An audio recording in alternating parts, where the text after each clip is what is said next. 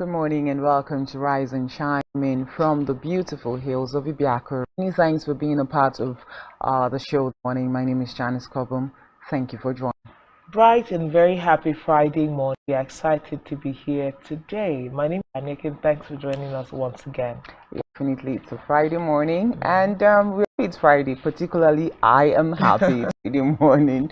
Anyways, lots of things happened during the week and we are grateful that as it stands, we stand as a united Nigeria because so many things happened, rather have happened that maybe just turned the country into different parts, but we thank God that we still stand united Nigeria as well.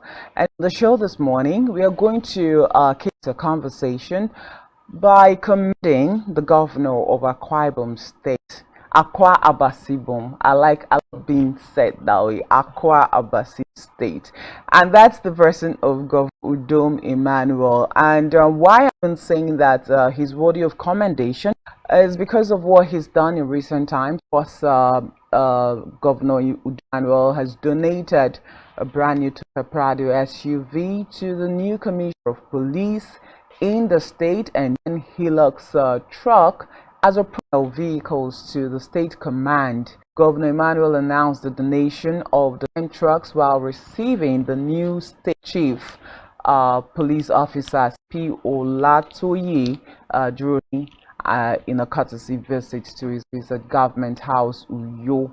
The governor held that the donation of the new 10 trucks brings to 45 the number of operational vehicles so far donated by his administration. Affirmed that he will meet 100 vehicles targets before leaving the state next year. Let's banter over this particular one. He has a target of 100 vehicles before he leaves next year, and already donated 45 already. So we have like 55 more to go. Yes, but that's 55 in the next couple of months, so because it's not to have another year. But you ask 55. How long did it take for the donation to happen? In the course of how many years? Because of 7.5 years. But then we start counting that from when he began to make promises of giving them a car. Okay. But 100 car target, I don't think it's catch up, in all honesty. But he says it's a promise. Governors, I see them as king. And once their seal is on something, it's on their honor to do it. And 100, okay. Before and May 29, when they'll be handing over, I think it's time for the governor to actually pull that stunt. Barely a year to go. It's in months. It's in months. Okay, yeah. I want to be fair. This is what I need right now. I just calculated it was like 2 months ago, so it's like almost me. But fair enough. I think it's highly commendable, especially when we keep congratulating Akwa Ibom State for being one of the most peaceful states in the nation. So some of the things are the things that we do that does to enhance safety and security in the state. Ensure that the state police have vehicular ability to move into hinterlands and areas. Of course, like the response from the inspector of police here in Akwa said they have increased the number of patrols that they do in a day, the number of areas that they cover during patrol. So it's really commendable. It's a good thing for patrol vehicles. Fair enough. Yeah, that's really fair enough. And when you want to that, you go to the state now to make complaints, and they tell, oh, there are no vehicles for us to move, make arrests, or to do patrols, and or maybe they tell you there's no, because these are some of the stories we get. Because I was going to even go into that with our 45 new vehicles, and maybe the next ones he's going to add up. I hope there is a system in place, whether from the police force or from the government, to make sure that these vehicles always have fuel. Because we don't want to hear there is a situation in so area, we get a call, we have car, we do not have fuel. Yes. And again, it also shows that for some reason the governor is using his security votes well. Because this time some state governors tell you, look, the police is not under me directly. The police is more like a federal power staff, and all their funding should be coming from the federal government. But the governors collect security votes, and it behoves them to, make sure that the security in their personal states top notch, because whatever security breaches happen in these states also affects them as governors as well, put them in a very bad light as to not have the grips of their state. So I thought it is one commendable, and we also hope that these vehicles are properly managed, because that's another problem. Okay, when governors donate vehicles, donate gunboats. We heard of gunboats, donating gunboats. I think that is even very, very necessary and important as well, because the way it is in this country today, the roads are not safe, the waterways are not safe, the airspace is not even safe anymore, because we don't even have jet A1 to fly. The airspace is more like coming unavailable. And not, because we've seen aircraft doing what do you call it now? Forceful landing. Forceful landing. That could also take lives. So space is not even safe. Okay, so I think that aside from providing all of those things, let's begin to see how we can begin to cultivate that maintenance culture where we maintain those things and not necessarily see it all government property. Let's use it the way we like. So when you use it the way you like, when there is need for these things to be used properly, you just have them around to use as well. So I think that that is on one side.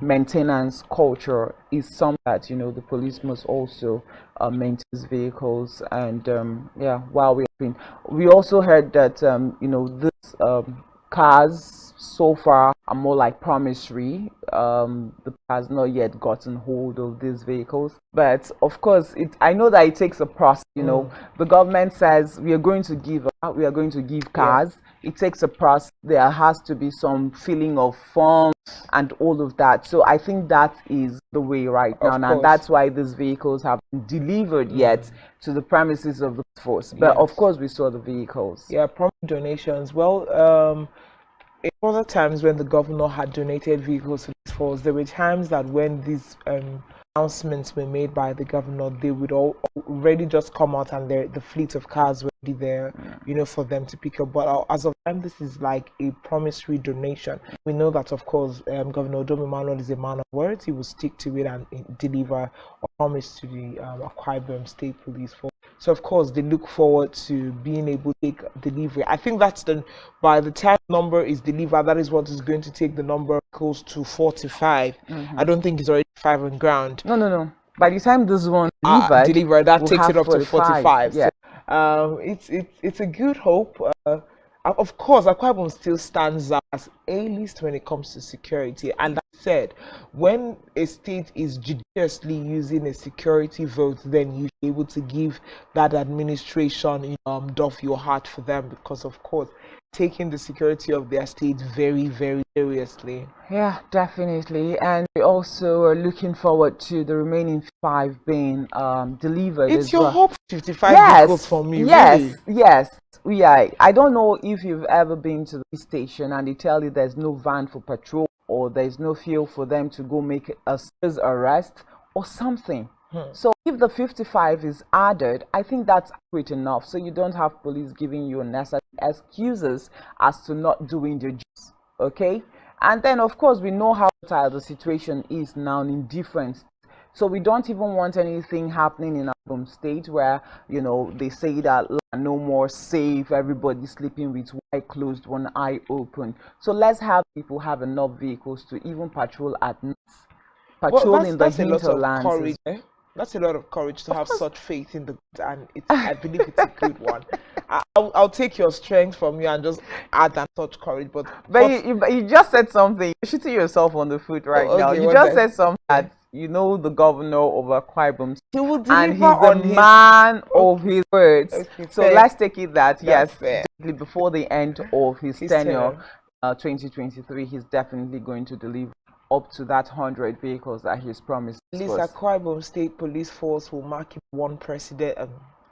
as one God that was very, very deliberate about, and of course, he will go down in the sands of for the Udomi Manuel-led administration. But you know one thing, I know, the much a government puts into, boosting security in his or her state, it gives security people that kind of obligation, a sense of responsibility, or to protect every individual and property in that particular state. So I think that the governor is actually trying to do. But in government, they say it's continuity. So if he doesn't fulfill by the time he leaves, the next governor should actually do it. Okay. And of course, we see moving like from these security vehicles that have been donated, we for quite a while there's some communal crisis in certain parts of Akwa Ibom that bounder with other states or even other local governments.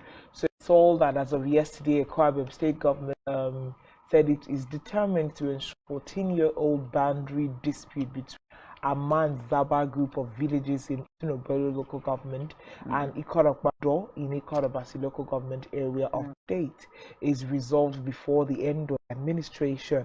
So of course it seems to us that the Udomi Manuel-led administration has to target to meet before the administration. There are a lot of things that they are pegging to do before the end of the administration. Of course, the communal crisis erupted in 2008. Resulted in wanton destruction of properties of lives, and people have had to flee these communities just to shelter and peace in other places. Cause these delegations negotiations have been led by Deputy Governor of Akwa Ibom State, Sir Moses. He's been at the helms of us having this conversation, and he said this on Wednesday while traditional rulers of the two committees, local government chairman and a section of government functionaries. Of course, he said peaceful resolution of crises was very dear to the Governor Udomi Manuel-led administration. It had been elevated to a critical aspect of the administration's completion, and of course, it's to see that the Udomi Manuel-led administration is moving to leave people in more peace than they came to come. So, of course, today is a great recommendation for the Akwa Ibom State government. Yeah, a dispute of since 2008. I think if you want to calculate that, it's more than 10 years, which means that it did not be in this particular administration.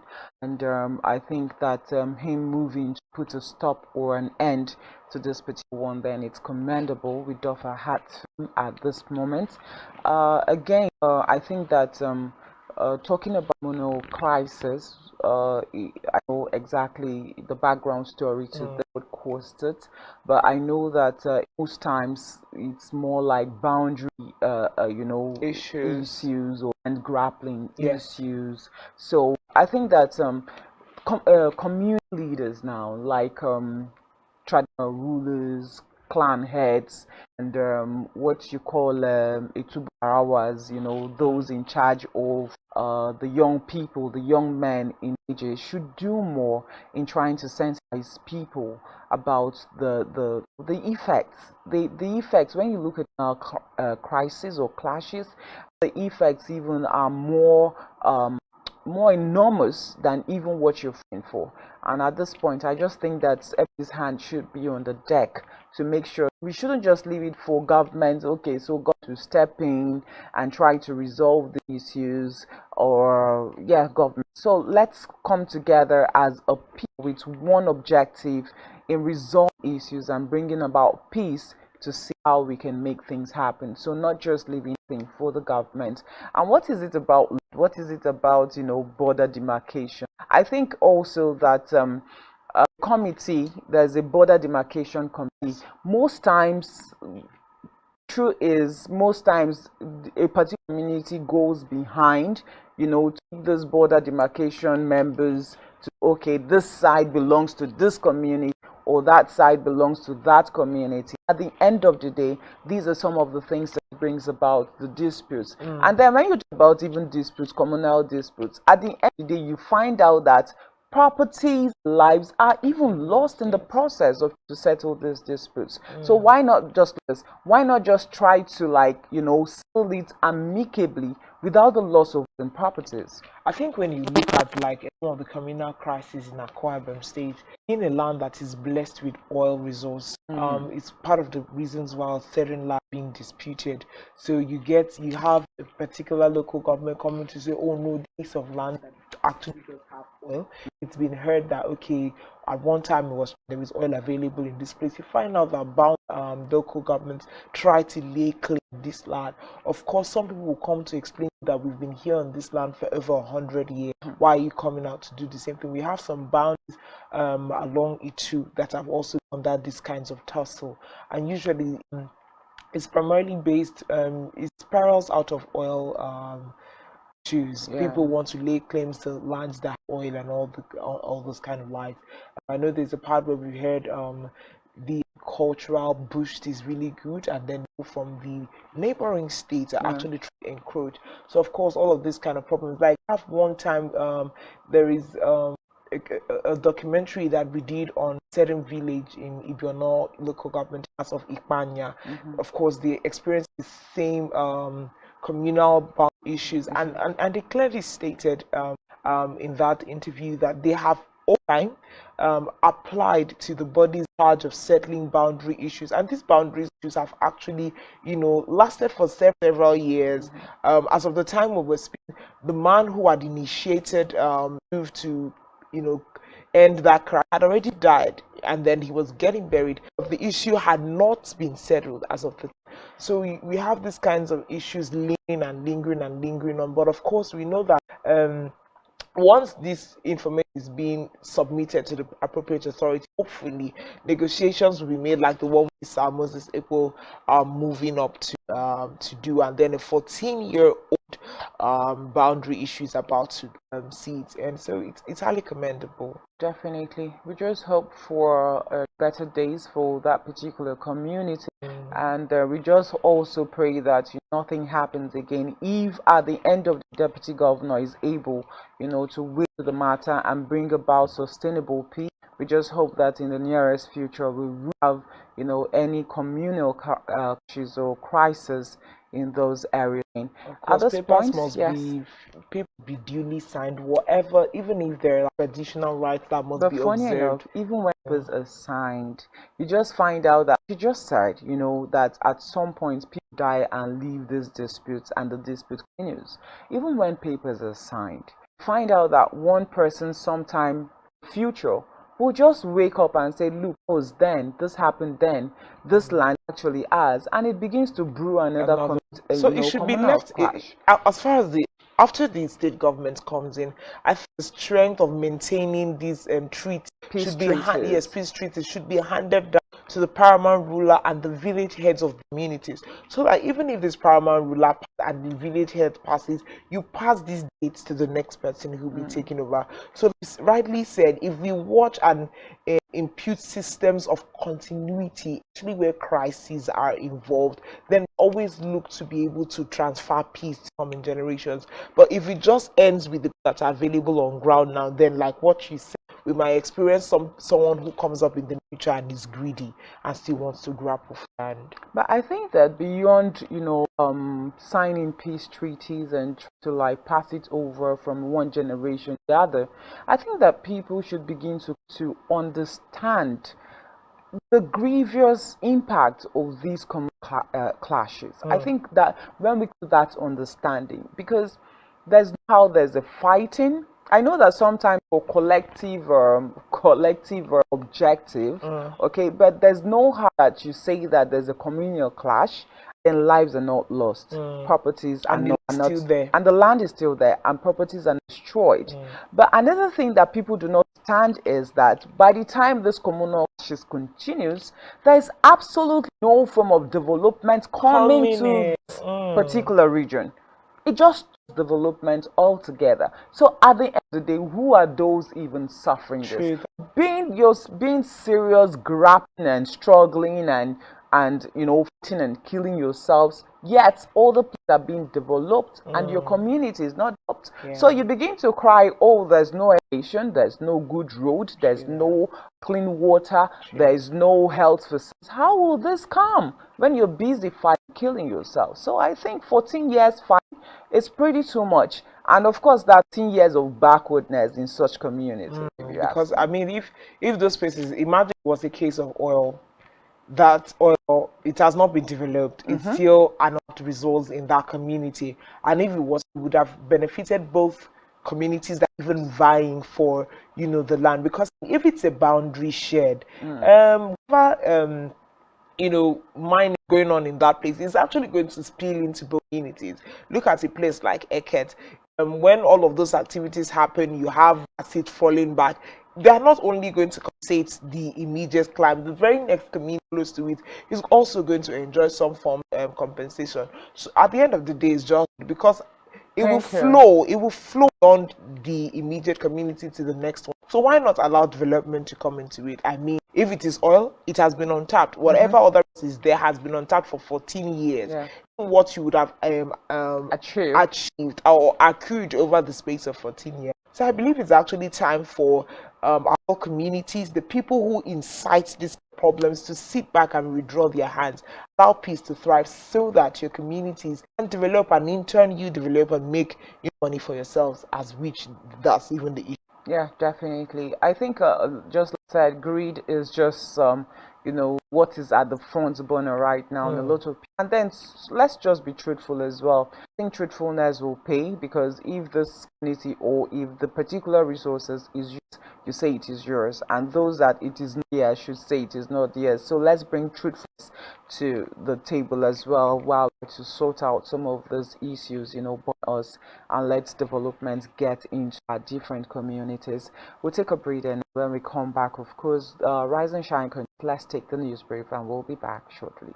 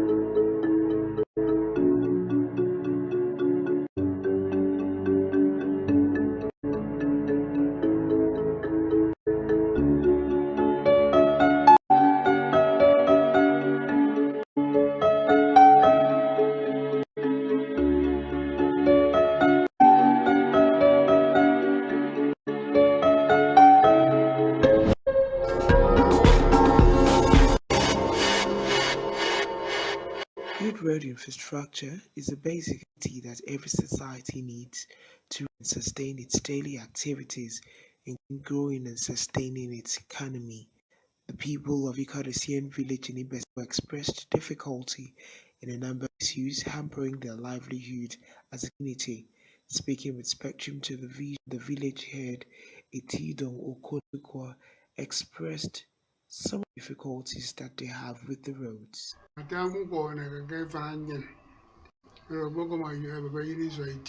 Any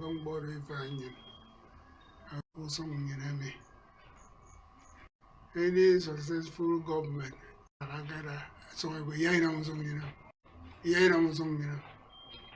only leading to no circles, which is not that.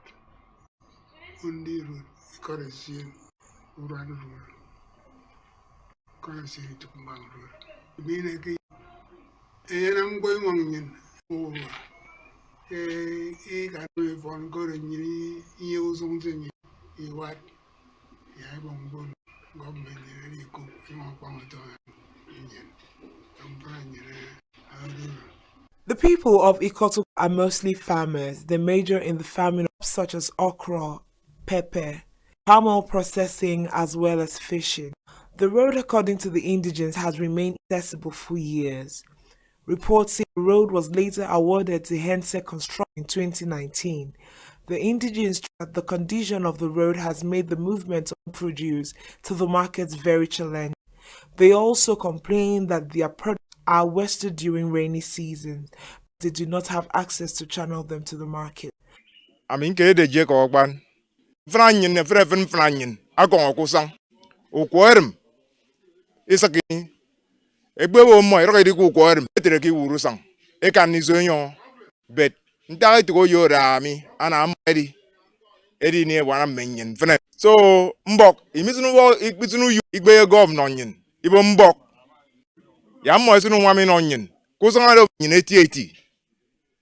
Ozana wanyin amadi ku iyak inesu to iyak afogbayem arokete berevrero ininini oru asinya sof usang akpan bor usang amia ba freke bonyina tak usang iba iko fongi ba izaki kami kayam yentak mban tunwang ma ko won te po usang ba nyini ni eremi a link usang se kai pe koronkun a link igwere junction be aruchuku road nyini mini junction do botun di voice di banja mban asina fongi ba machine wata ina kwa wata awakukot ya government it is upon am bombing onion. They, however, called the state government to revisit the area and help them access to good roads. A knowledge of more businesses, economic activity, new wave of the stock market, market, cryptocurrencies, and NFTs creates new dynamics towards the major millionaires and billionaires. From the .com era to the oil booms, the fundamental news drives the cut. This is Business 360, taking you to the business around the globe. From 11:30 a.m. to 12 p.m. weekdays, exclusive on Stream Television. Business 360, Prism to world businesses.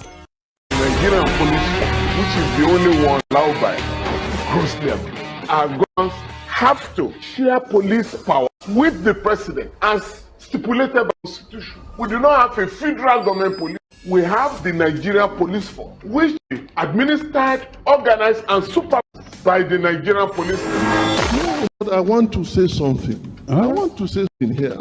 Perhaps it might also enlarge the scope of people who should be led here for examination. My Lord, if we not find those who literally murdered, who are those people who could be said to be the beneficiaries of the death of our brother? Yes, has linked you with some of the killing.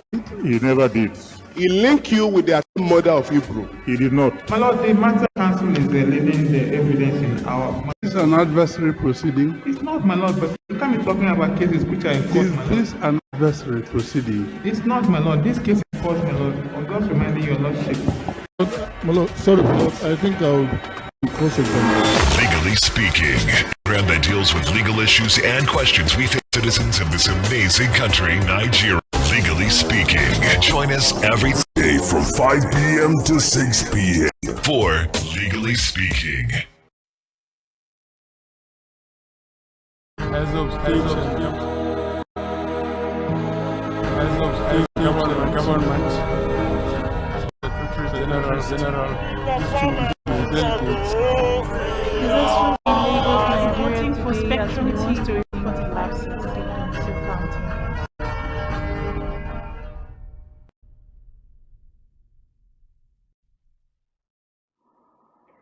This is your morning news brief on Spectrum Live Uyo. I am Uyai Aniakan. We begin with President Muhammadu Buhari's promise to enhance the welfare and working conditions of the nation's judiciary in spite of the dire state of the country's economy. The president stated this when he hosted the chairman and representatives of the body benches, a body of legal protection of the highest distinction in the legal profession in the State House, Abuja. In the meantime, President Buhari says he is eager to sign a third national action plan on the open government partnership targeted at fighting corruption. President Buhari stated this when he received a delegation from the Open Government Partnership Search Unit led by its Chief Executive Officer, Dr. Sanjay Prandan, the State House, Abuja. Meanwhile, President Buhari has mandated the Ministry of Niger Delta Affairs to conduct a comprehensive audit of its staffing to achieve effective performance of the Niger Delta Development Commission. He gave the brief during the opening of a management retreat organized by the ministry at the back hall of the Presidential Villa, Abuja, where he was represented by the Minister of Transportation, Muazu Sambo. In education, the National Association of Academic Technologists is poised to resist any attempt by the federal government or its agents to introduce disparity in salaries of university workers. Addressing a list in Abuja, President of the association, Beji Nwokoma, said if anyone decided to call off the ongoing strike, laboratories, practical halls, and fields would remain closed if there was no uniformity in the salary structure in the university.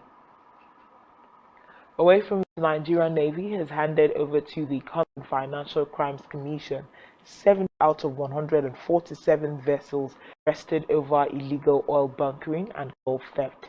Director of Lesson Learned, Rear Admiral Emmanuel Ogala, said this at the resumed investigative hearing of the House of Representatives Admiti on fuel subsidy probe in Abuja. On the foreign, International Criminal Court has issued an arrest warrant for a Central African League rebel leader for crimes and crimes against humanity during civil strife in 2013. In a statement, the ICC said the head of an faction of former rebels from the Muslim Selika group, Norin Adam, is wanted over crimes allegedly committed while he was security minister at the time. In sports, 2022 Commonwealth Games have kicked off with a 2.5-hour opening ceremony at Alexandra Stadium, Birmingham, in the United Kingdom. The Queen of the track, Oluwatobilo Amusan, and long jumper Ese Brume are among 94 athletes representing Nigeria at the international multi-sport event. We will have details of these stories and more in our news at 12. I am Uyai Aniakan. We head back now to Rise and Shine crew. Just stay with us. Government, Secretary General, delegates.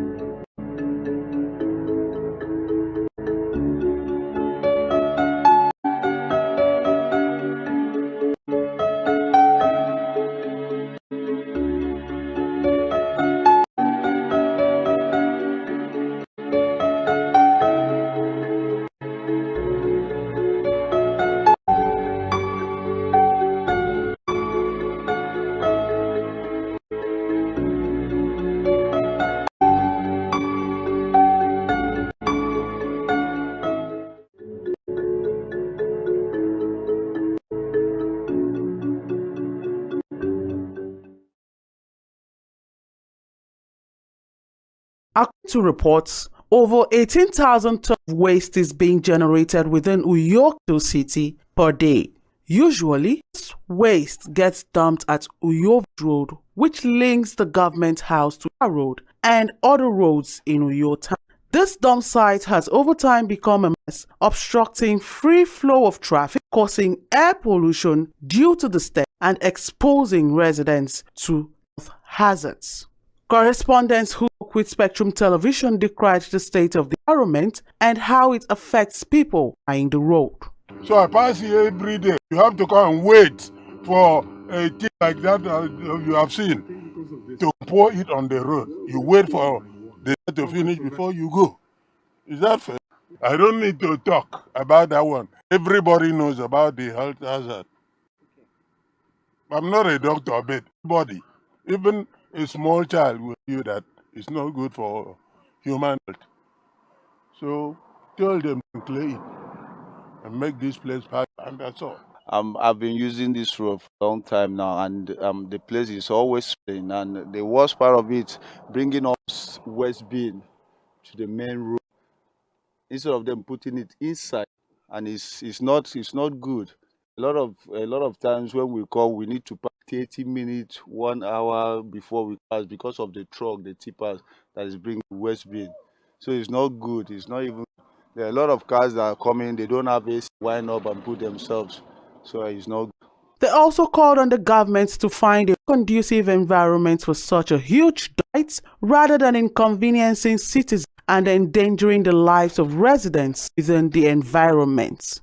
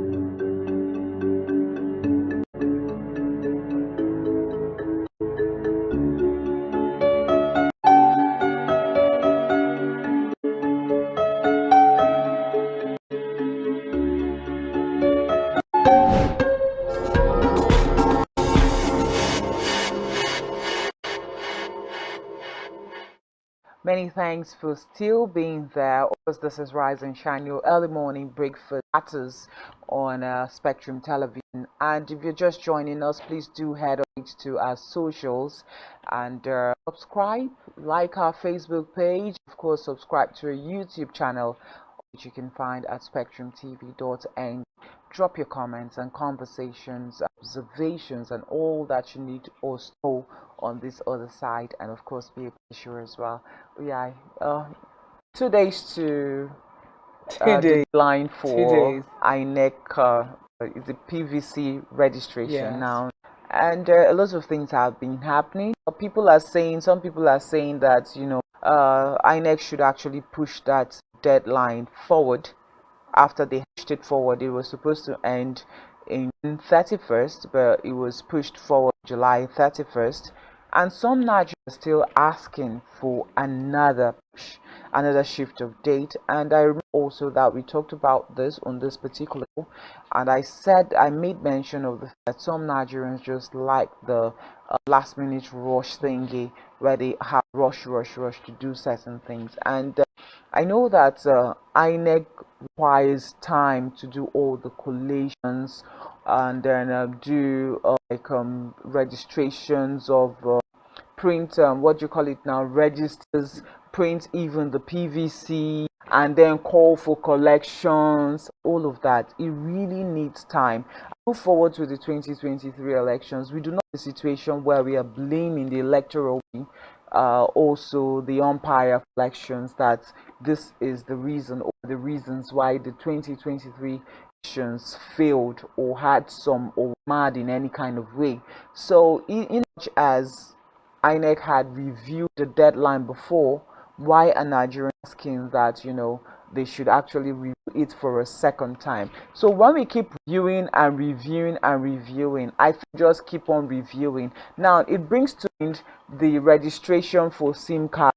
I know for the most time that there had been calls that the SIM registration was ending, and Nigerians will come and say, no, it shouldn't end, let us review it. I kept reviewing and reviewing, and we are still reviewing. Okay, so I don't think that same should apply to the CV registrations of getting PVCs at all. Of course, at this point, the INEC, Independent National Electoral Commission, like even the Lagos State body and Abuja, they have come out to say that, look, we are going to see to 31st of July being the last date for people to go register for their PVCs. So what they have done is to actually extend the time from when the offices would have maybe say 3. The offices are going to be closing by 5 p.m. covering today and Sunday, and it's barely 2 that we have left for people to still be able to go register for their PVCs. So yes, of course, if you waited for the lines, all you have left of the last minute are a few hours. So you just have to go into do that. But there is a video was giving voice to that INEC has decided to stick with the 31st July closing date. So we'll take this one.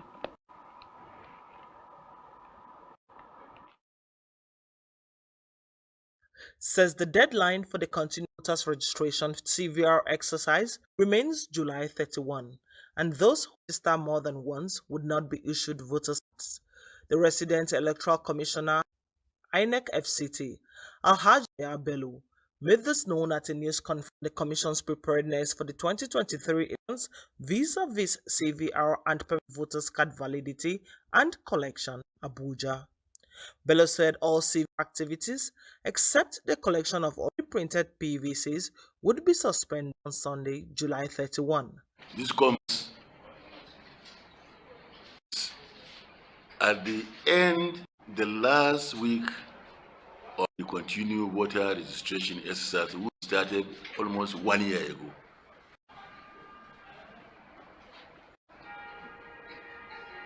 By the grace of God, on Sunday, 31st this month, the continued voter registration exercise will be suspended in the FCT. All CVR activities, except the collection of already printed PVCs, will be suspended on Sunday, 31st of July 2022. Meanwhile, the Honorable Chairman, Professor Yakubu, has already approved not only that extension of time, but also increased the hours to 5 p.m. daily into registrants. And in addition, this exercise was carried on last Saturday, Sunday, and this exercise will also be carried on next Saturday and the next Sunday.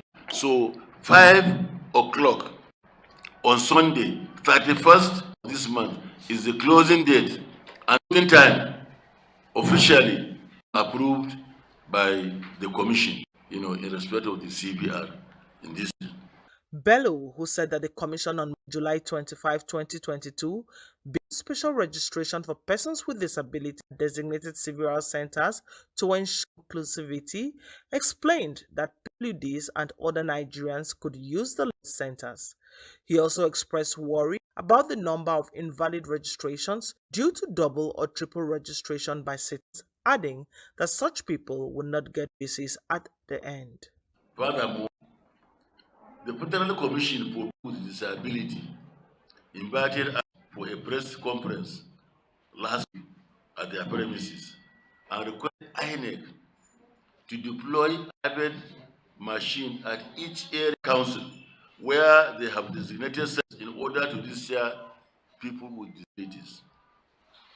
Our national government, being very passionate in inclusivity, we have already organized and the program all over the FCT began this morning, and all the IBEs have been deployed in the centers to capture people with disabilities.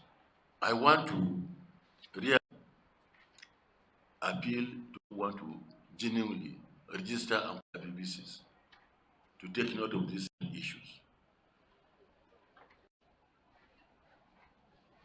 Number of people who registered and whose registration has been implemented is becoming alarming. A lot of people have registered in 1, 2, or 3 places. They win nothing by doing so. If the intention is whatever, they will lose. Because at the end of the day, they will be declared, as people without any pity at all. Any double, triple registration, null and void. Our machine, after this exercise, will go through and clean our register so that we can come up with the list of people who genuinely are going to vote in 2023. Of course, that video was sourced from the News Agency of Nigeria. The report there was given as to what the electoral has decided to do and stick with to, of course, the CVR registrants. It has said tentatively ends on the 31st of July. And I mean, he gave explicit reasons why it's going to be done it's done, and the fact that anybody who's registered more than once for the PC is at a risk being counted invalid because either it's just one registration. If you're registered in a different local government or state and you want your PC to be posted to another local government closest to you, you apply for it to be posted. You don't actually apply for a new one. So maybe these are some of the inconsistencies people have not really dealt with regards to CVR and PVC registration. But then we see that Nigerians are not taking it when it comes to the fact that it said this will end on the 1st of July. We see some people in Abuja moved forward to protest in front of the INEC, saying it shouldn't end on the 31st of July. Like, we just saw, he clearly stated this thing had been given in a one-year window. Like you would always say, everybody wait till now. Now they are pitching protests at the INEC. I know yesterday we showed a video where the popular Balogun markets were shut down for people to go do their PVC registration. Some of those things. And we also hope to see a lot of disabled people, physically challenged people, being part of the process as well. Anyways, like we said, Nigerians will always wait for last minute rush. Now they are carrying placards and protests. On a lighter mood, it seems to be the order of the day right now. It seems to be where Nigerians can communicate their issues. Everybody seems to be protesting and protesting. We take that particular video where citizens or regions of Abuja are protesting at the INEC office, and then we come back and join our guests in Lagos to talk more about this. Officials of the Independent National Electoral Commission (INEC) captured them for the Continuous Voters Card (CVR). Some of the affected residents who spoke to the News Agency of Nigeria said that they arrived the INEC as early as 4 a.m. to participate in the CVR exercise, only to be told that the personnel were not there. Mr. Emmanuel Obo, youth, said he was at the INEC office 5 a.m. to take a turn, was surprised that INEC officers was attending to him or the other eligible voters. But me, I'm here. AM. Then when they give us notebook to write names, right? We put our name down, and then they add join line, we join queue. When we join, later on they came down and said that the machine in the office, that the machines are not on ground. They're going to bring the machine. All these are following them up and down to the extent that we are here this morning and they're not asking us properly. So we got tired. All we need is our PVC. We need a PVC and we want to vote this time. Say youth are lazy. And this is no longer lazy. We're going to. Another resident, Mr. Emmanuel Ibrahim, alleged that action was an international delay by INEC to deny him and others PVCs. It's intentionally that they are doing it. Why am I saying this? They have these machines. We saw it and the crowd was there. The machines were there. Now the crowd since in the morning and nobody is attending to anybody. Why? Okay, even if they say they are not extending that to another month, started. Today is what? Today started. We still have so many days to go. The 30th is not yet. Allow that 30th to come. Then you say that, okay, until when the INEC official, they will decide and know do. A businesswoman, Ms. Julia Che, said she closed her business to secure PVC and was sad that her efforts was being frustrated by the action of the INEC workers. You all have, if I open my shop today, I will get 1 naira. To be honest to you, to the market, imagine 1 cup of 200 naira. Pure water 20 naira. Gala 100. And the salary is too poor. How much are they paying the workers? How much Nigeria is paying the workers? Another resident, Mr. Chukwugat, said that he was there to make correction on his PVC, but was not allowed access into INEC. I have my PVC already, but see the quality PVC they have given to us. We want to correct it. Now, but we have had a very bad experience since some people have been coming for this, and it have been done. So only just to get here this morning, they said their machines are not working, this and that. All the people that are keep on spending their transport from their different to be here, and then you tell them to go, they come back again in the next 3 days.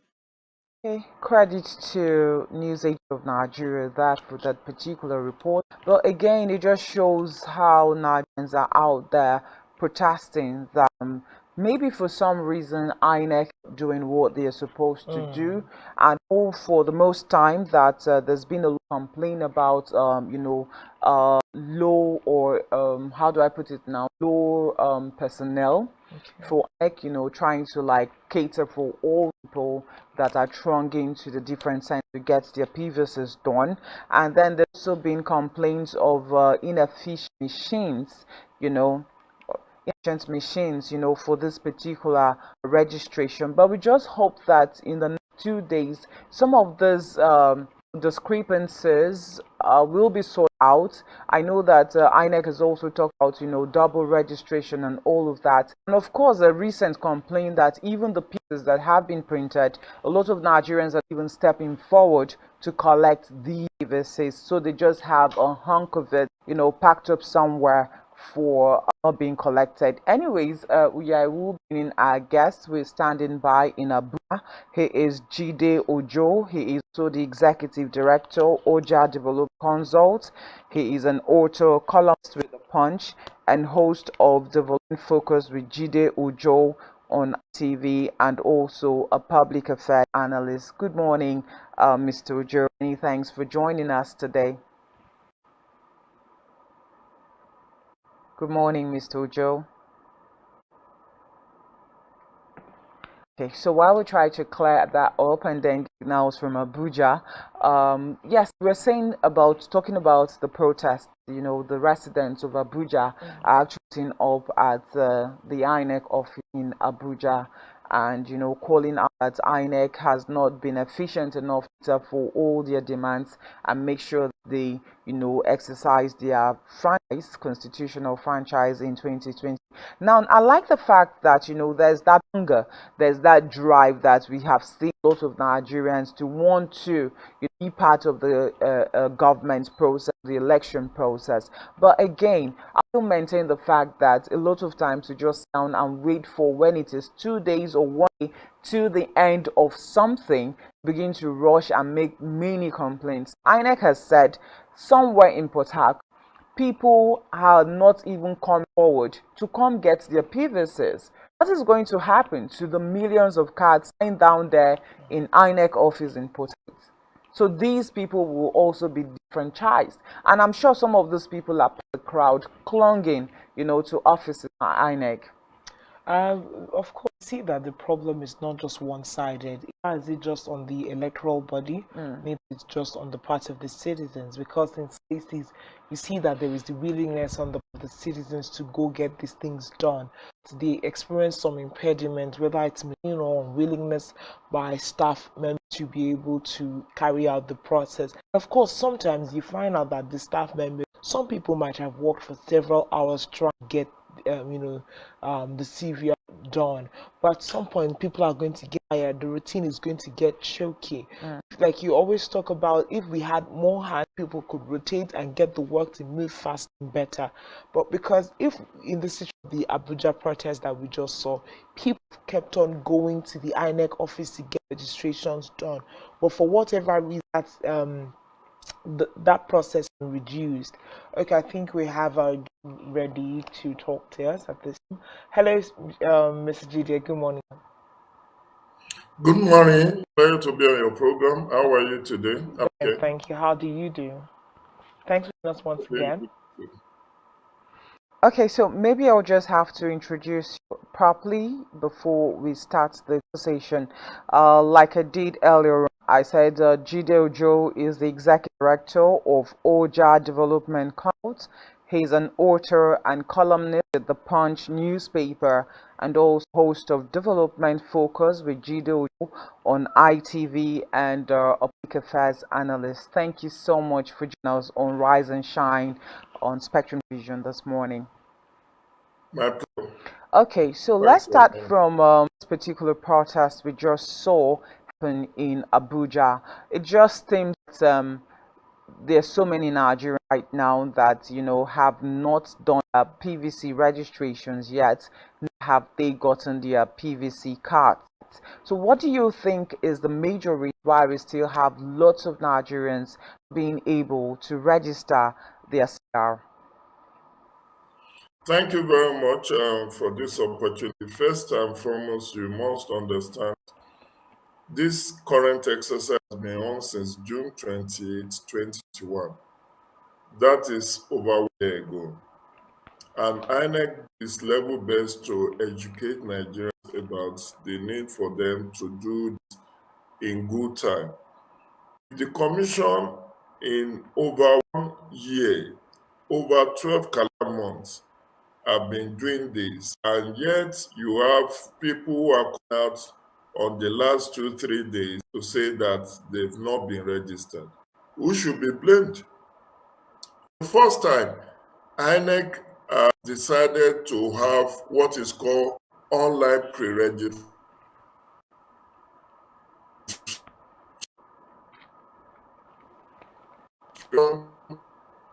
Okay, so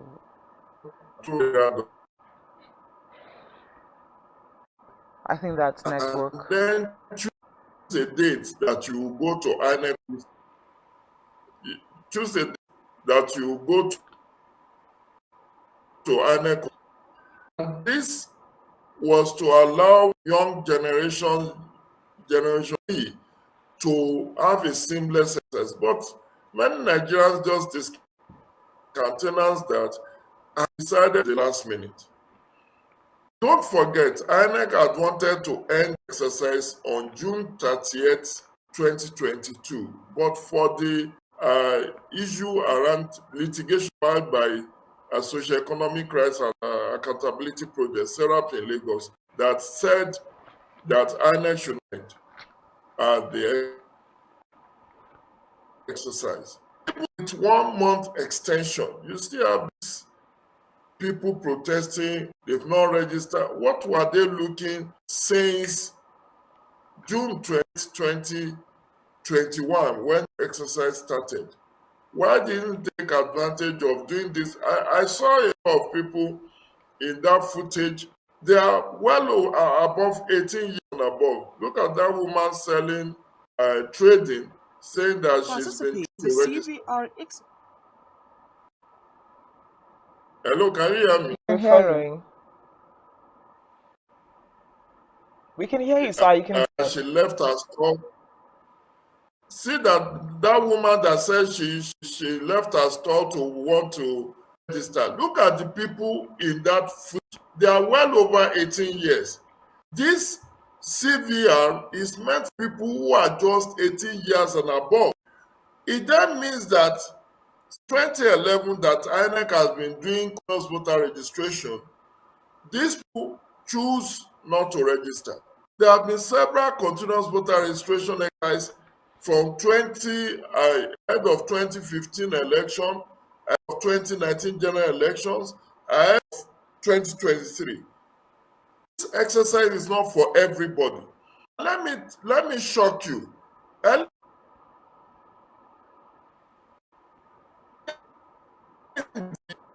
46% of new registrants were invalid. Why are invalid? Because INEC discovered that they have previously registered multiple registration, which is right under our electoral law. So many of these people you see, instead of them to go and collect their previous PVC, are crowding the space, wanting to register fresh, when all they needed to do is either to collect the old PVC or to permanent voters card. So even if you extend this voter registration till the eve of election, there will still be people who will be marginalized. There will still be people who will not be captured because people turn in every day. What I think we should have done as a country is what Egypt decided to do. In Egypt, what you need education card mean once you have nationality card, once you are 18 and above, the system automatically flagged you as being eligible to vote in Egyptian elections. That is the way to go. This idea of how to register people ahead of every election, there is no way you can capture everybody. People will still feel that all these people that are on your screen, they are well above 10 years, and the minimum threshold you to register is actually once you are 18. Why have they not registered in the previous continual voter registration process? Okay, Mr. Joe, let me just quickly ask this question. You've talked about the fact that Nigerians, those you saw on the screen are above 18, and they were like laid back in trying to get their PVCs done. And then you also talked about the fact that, people have multiple registrations and is a crime. But my question is, do you think that there's enough voter education to enable Nigerians know when they're supposed to come out and their PVC registrations, or even the issue of having multiple registrations done? Some people don't even understand that, okay, they have done a registration before and they have left the place that they did this registration and they are going to somewhere else or relocating to somewhere else. They don't understand that they need to do a transfer or write a letter for their PVC stations to be transferred, or their electoral stations to be transferred to where they are presently. Do you think that there's enough voter education for Nigerians as regarding to the PVC registrations? Well, my sister, enough is a relative word. Enough, by INEC standard, it has done before. Even as we speak, there's still voter education. that is going on, people like me who do not even work for INEC have engaged in voter education. My article in the Punch Wednesday this week, which is titled Time for Nigeria to RSVP, is also dedicated to mobilizing people. I analyzed what people need to register, how they can register, the need for them not to, there's a lot of misinformation in the politics. People will tell you, oh, PVC will have expired if you register in 2011. Your PVC has expired, so go and revalidate. There's nothing like revalidation.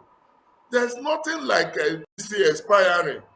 And people just crowding INEC centers thinking that, like somebody moved from Kaduna to Abuja now, instead of him to ask that he's supposed to be transferred to Abuja where he now resides, he will want to come and register again in Abuja. And that's the many cases we are seeing. And I'm saying, if people want to pay back, this exercise, this voter registration exercise, actually off on June 28, 2021. My sister, do that. It's well over 1 year that INEC started this exercise. Now, it was meant to have ended on 2022. But because of the litigation arising from Sarah taking INEC to court, INEC has graciously extended this by 1 month. And people are still saying on the suspension exercise, they are required to register. There is no way you can count everybody that needed to register. Because I said, even the day after INEC suspends this, on 1st of August 2022, some people will be turning years and above. Some people will be turning years, which means that they are now eligible to register. But INEC cannot wait till that time to register because there must be a cut-off, of 2 of the electoral 2020. There must be a cut-off date. And that's why even when Sarah took an court, the court said INEC is ability to choose the date on which it will suspend the exercise. It's not stop, it's suspension. There will still be continuous voter registration after the 2023 elections. So people should not get it twisted. There will still be continuous voter registration after the general election. The only that INEC can do now is that because it has other activities to do over these already registered people, they need to suspend so that they can process the PVs of those who have registered. Let me walk you through.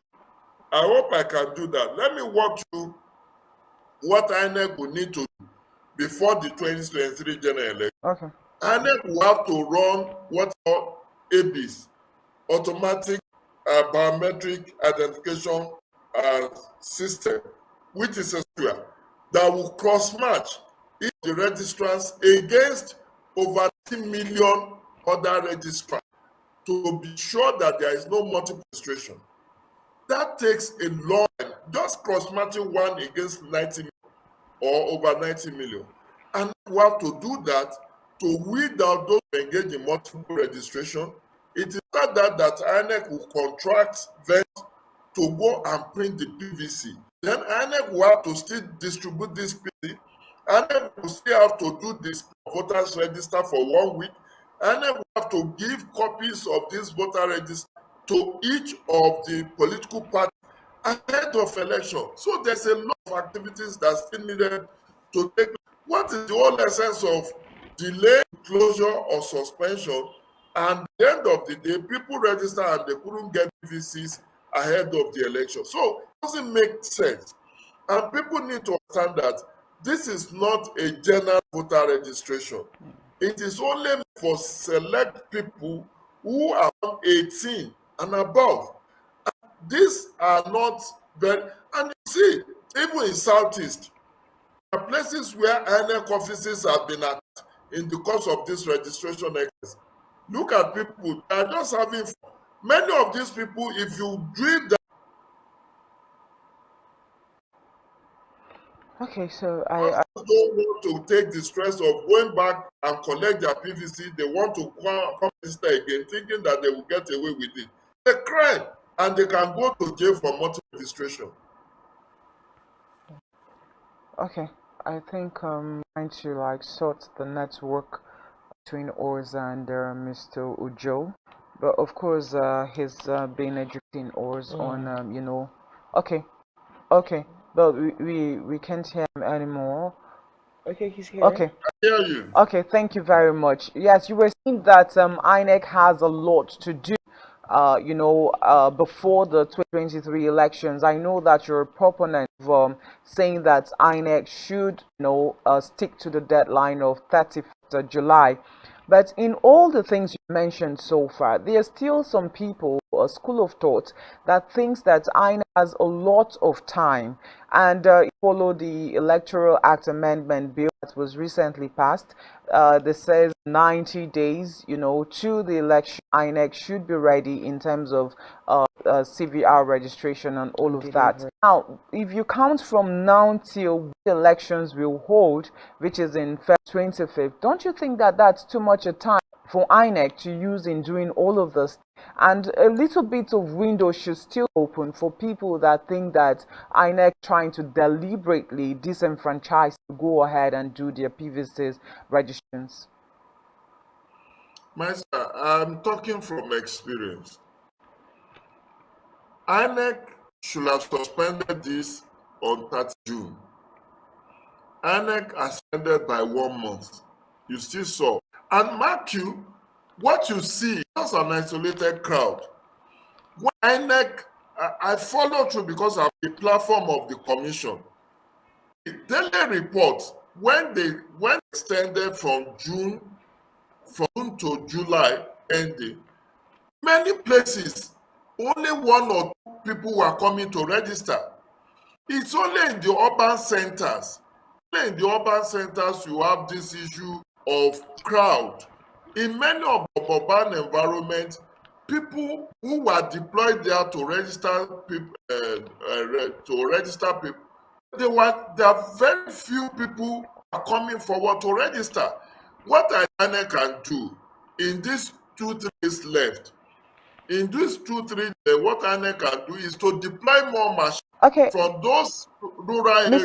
Mr. Joe, we have to put a pause on you now, please. We have people wanting to join this conversation by call, so we'll just take that and then we'll continue. Where there are crowds, and mobilize machines from rural areas where people are not coming forward, and bring it to this urban center and have people registered in more registration centers.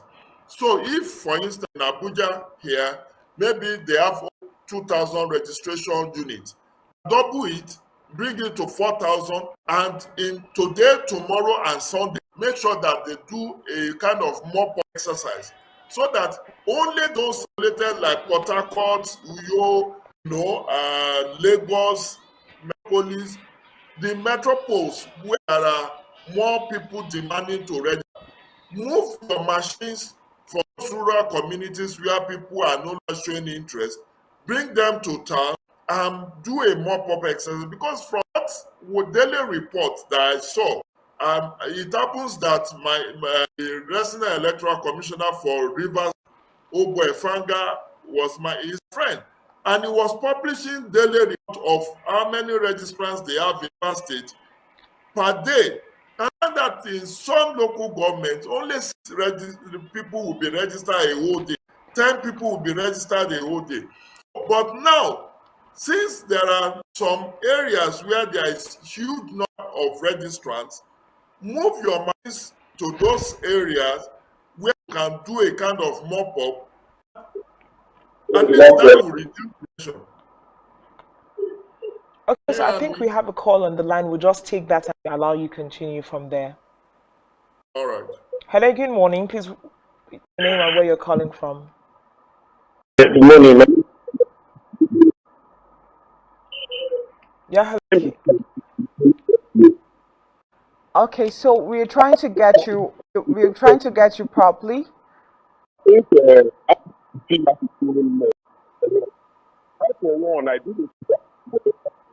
in February. That period, only one machine. We don't annex it. behind the police station. And you see people line up in that place. And I don't know, most of them go back without being registered because only one machine in the place. Today we still have the same situation. People are at the INEC office waiting to be registered. And we have 3 machines working to attend to hundreds of people. So do it. So they need to do more because my friend at Eastern, till now they tell you for them to come to you, the problem. They must still come to you, don't have an opportunity to register to go back. So how those people in the royal village and the village meet up with it? So this is to go back to them. They need to take their machines to them. I'll tell the plan to the Nakwa, they don't have any machines to register people. There are people unregistered in the village that road are there.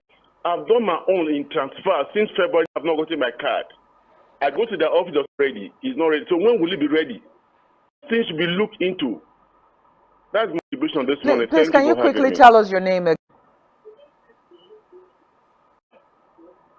Okay, anyway. Okay, thank you very much for joining the call. My name is Sonny Ahoje. Okay, thank you very much, Sonny, for joining the call this morning. Okay, Mr. Jide, I don't know if you were able to hear the question that he posed. Okay, so we would like you to respond to that because we seem to have a situation where we have shortfalls of means in so many areas. People come out in their numbers, but of course they can't out these registrations. And this is the spill that we are experiencing. That is the spill over beyond the 31st. The fact that there have been people who have attempted, or after the year was given, they can't get these registrations done because of the manpower and machineries to do so.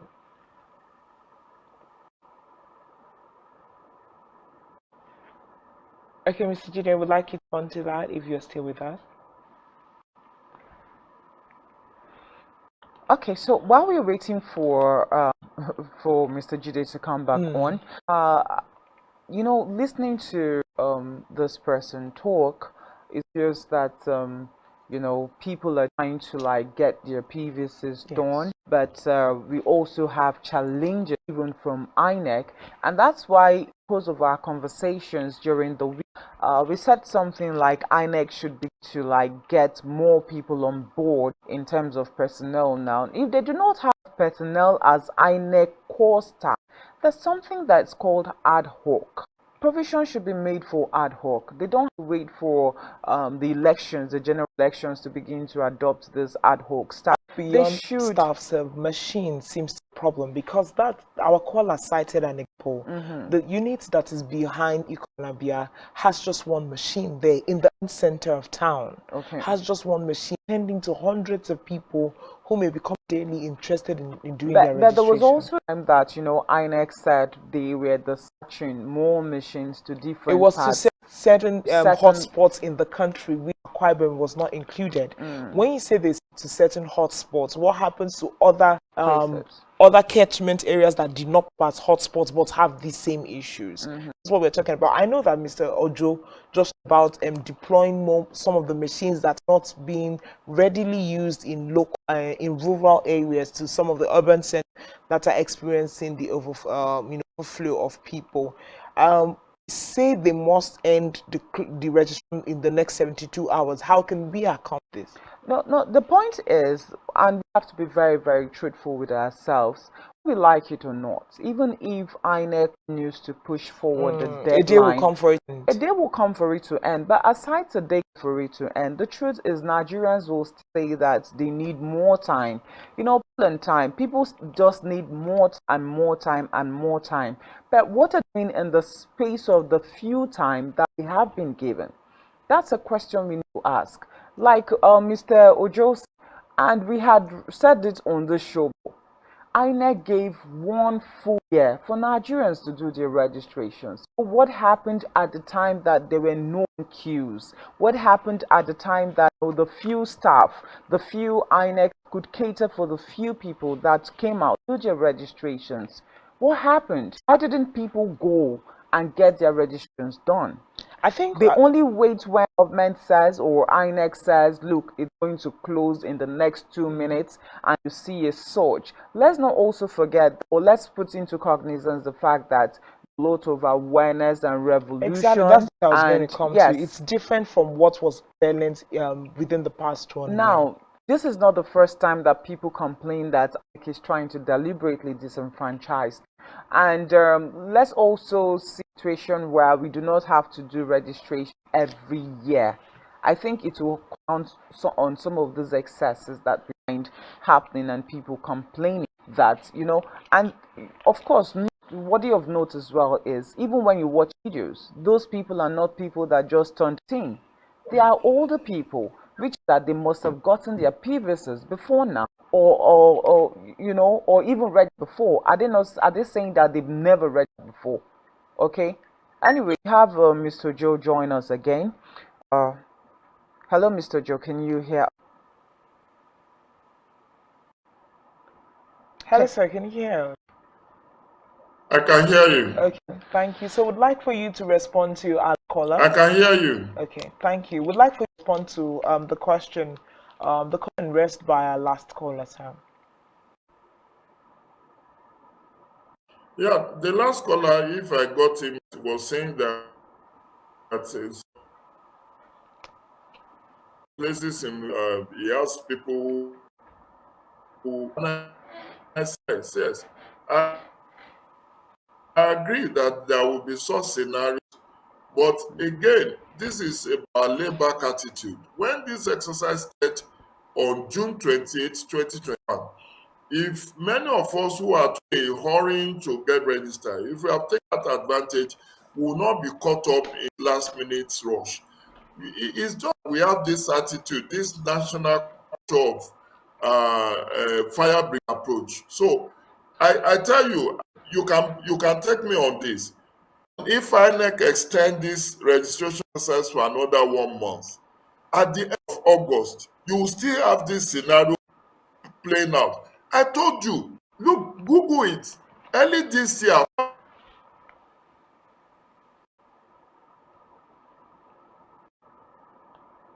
We seem to be experiencing a lot of network interference and such wealth of information we should be getting morning.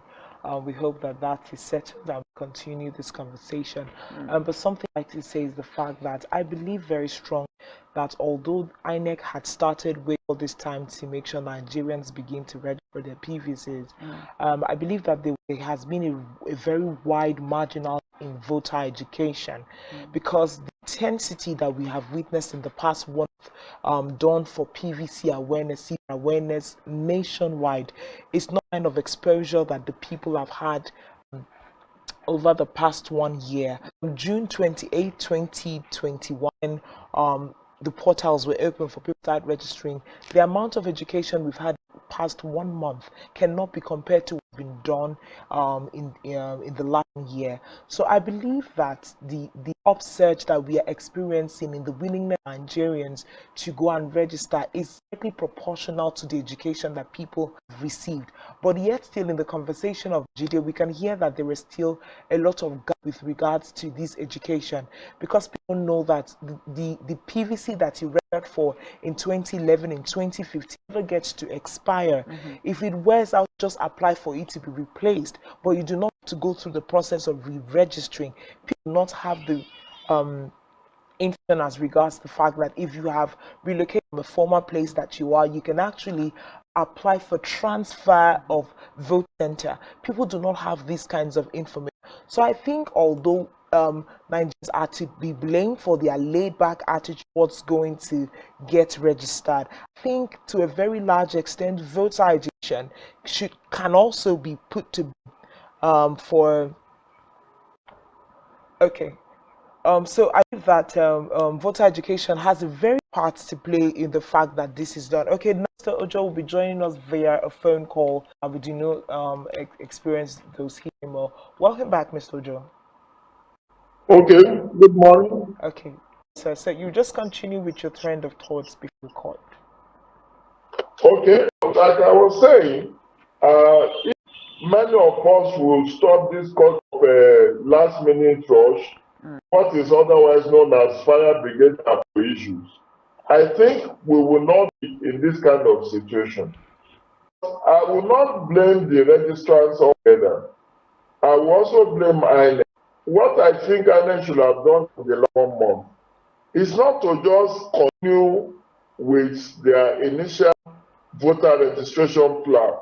What they should have done is to do a surveillance and see in those communities where people are no longer coming out to register, where they are just recording 1 or 6 people per day. They should have mobilized the machines from those areas and bring it to the urban centers where they are crowd. That way they will be able to do a mop-up. And that is possible between today and Sunday. Since the exercise will hold between 9 a.m. and 5 p.m., including Saturday and Sunday, I believe that can still be done, but I do not for INEC, I do not know the nitty-gritty of how they plan their activities, but whichever way is a double-edged sword. Whichever way you do this, there will still be some people that will be captured. There will still be people who will be left out, because this exercise has to have an end date. It has to, and like I tell you, let me go through what INEC intends to do. As I captured it in my article on Wednesday, I said here that to justify the suspension of CVR exercise at the end of this month, the Commission said it is expected to do what under the electoral legal framework in relation to voter registration and compilation of the register. For instance, the Commission is required to clean up the register to remove multiple registers using the automated biometric identification system, better as ABIS, consolidate national register of voters with existing voters and new registrars, and display the same on unit basis for each of the 809 registration areas across the 774 governments and nationwide for public scrutiny. This lasts for a period of 1 week. On the basis of a new projection of 5 million voters, on the basis of 10 voters per page, the Commission has to print 9,500,000 pages for display. Furthermore, the Commission is expected to print millions of voters' cards for all fresh registrants and applicants for transfer and replacement of lost damage PVCs. INEC is also to ensure that there is ample time for voters to get their PVCs ahead of the 2023 elections. They have to print the final list of voters in triplicate for the 2023 elections, involving a projected 28,500,000 pages for accreditation and display at the 176,846 polling for national elections, presidential and national assembly on February 25, 2023, and state elections, governorship and state assembly, March 11, 2023, and make copies of the updated national register available to political parties later than 30 days to the date fixed for the elections.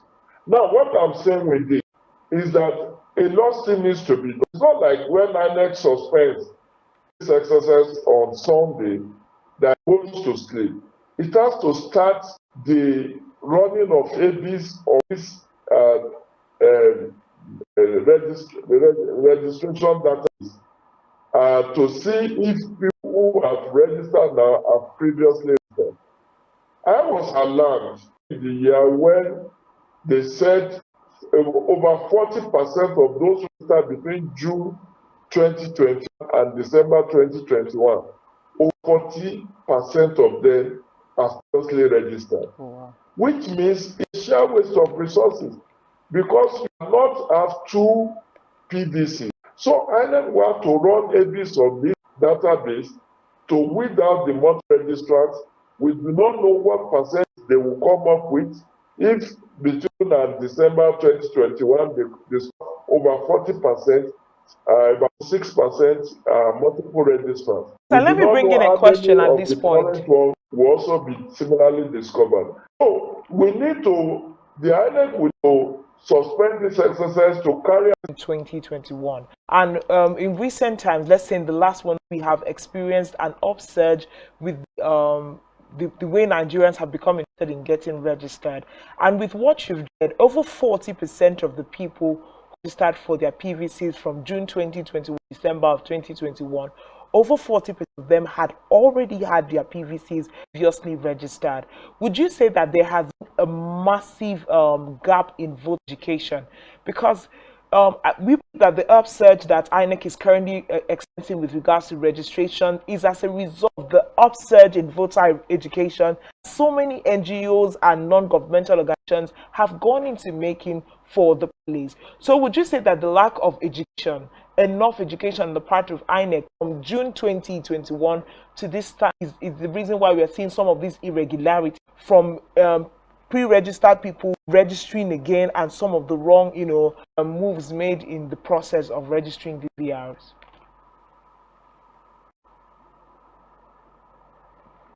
Hello, sir, are you there? Okay, we seem to have lost him. Yeah, Okay, kind of. Okay. Anyways, a lot of revelations and a lot of irregularities as well. Okay, he's still on the line. Mr. Jide, can you hear us? And did you hear the last one? I can hear you. Okay. Excellent. Did you get the question, sir? I heard you. Okay, go ahead, please. What I'm saying is that you may be right. Let's also look at it this way. INEC have a limited resources to conduct voter education. It cannot use the entire body for conducting election of education. It has done its bit. I know civil society organizations have also done their own bit. I know that you have also done your own bit. As an individual, I told you that even as late as 2 days ago, they wrote about this issue.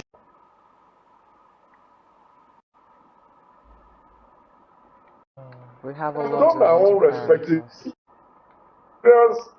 Just people. Okay, so I think did we not just hear have about this voter registration months back or even over a year. They just want this way out. Maybe they get to the registration center and saw about 10 people tomorrow. Then they delayed, and then when they hear that, oh, I need to suspend by Sunday, they start coming. Nothing ventured, nothing gained. People plan to make sacrifices. Look, if INEC could be ingenious as to say that you can do pre-registration, it is to make this registration exercise easy for you. And there were sufficient, in my own estimation, maybe let's use sufficient, there were a lot of voters from civil society, from media, from INEC, from national orientation agencies, and from several other individuals like myself on getting people to register. I saw, I don't know, my sister, whether you saw the footage, a Catholic priest telling the members of their church to that they will not allow them into church or allow them to take Holy Communion. They do not come with their PVC. To tell you how involved the church was in this voter registration exercise. And I know that Kaduna government declared 3-day work free for workers in Kaduna to go and register. Likewise, Lagos State also declared 4-day work for its workers to go and register. This may have been the reason why I was adopted in the last few days. And of course, prior to now, up to 2 weeks ago, I think was registration on weekends. So Saturday they were not included in they were between 9 and 3 p.m. But now INEC has increased the number of hours from 9 a.m. to 5 p.m. has also included Saturday and Sunday as days for registration. Okay. And I'm very happy with what OPD, the Organization of Persons with Disability, called Easy Friends Association, did. We have now sought the support of to register persons with disability, 6 different registration points in Abuja here. these are schools for the deaf and where persons with disability are schooling.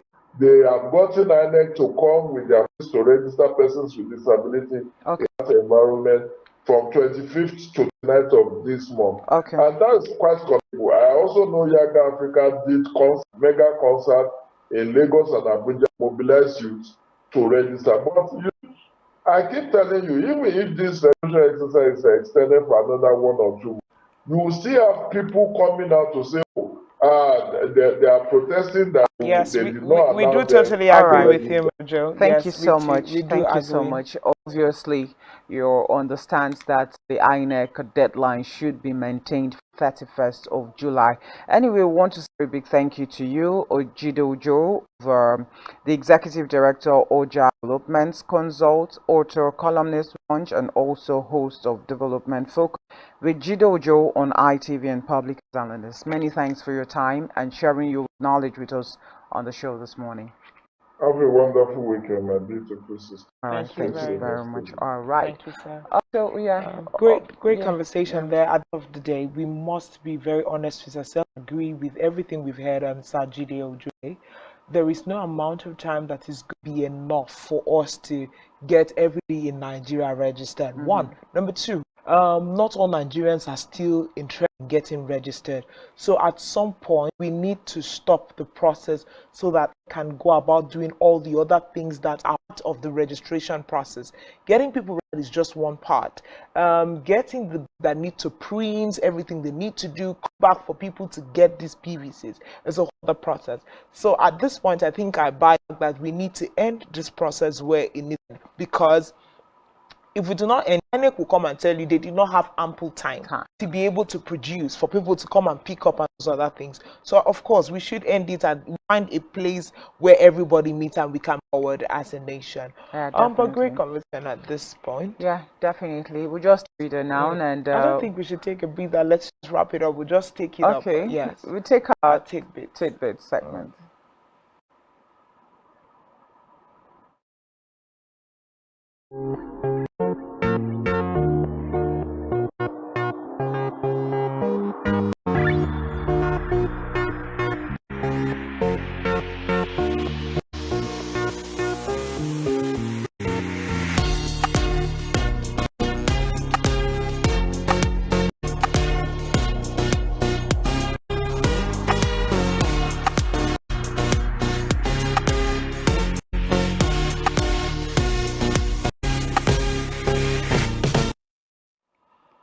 Okay, there's a speed where you can calculate if you are actually jogging, if you are running.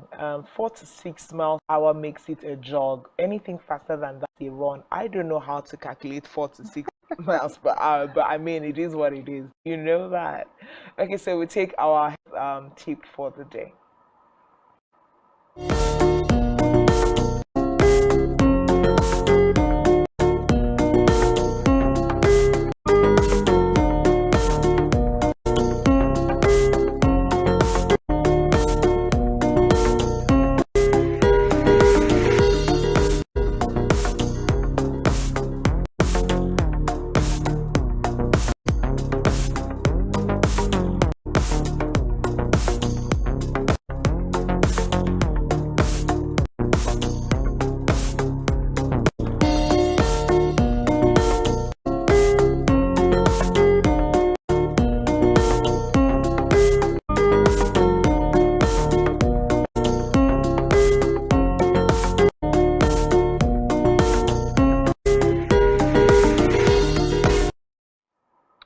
Frequent breaks, that for some jobs that are highly sedentary, where you get to sit down for very long hours, it's just good that once in a while you take a break, just move, shake off some, how do I put it now? Some weight of being in a particular position. Yes, 30 minutes off, like every 30 minutes. I don't think that I can means handle that. you'll be using like how many hours of your work time to like go for breaks? No, 30 minutes. After every minute is too much to ask. Too much, yeah. Okay, take our recipe of the day.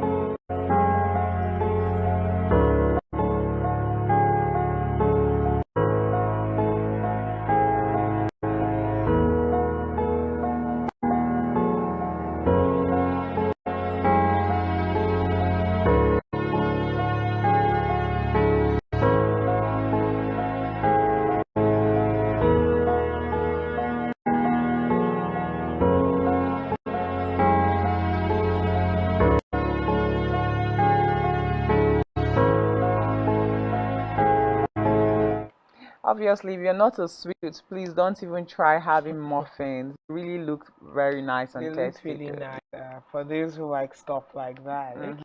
At this point, we take our quote of the day, and that's be wrapping up a show this morning.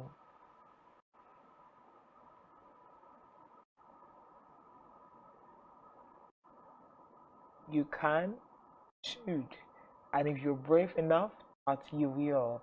Stephen King. You can, you should, and if you're brave enough to start, you will. Yes, there we have it. Today's a good time to start. Yeah, 2 hours is all you have left to go get your PV. If you can, you will. If you should, you should. Yeah, but on a lighter note, I think talking about starting, a lot of people always have fear over the unknown.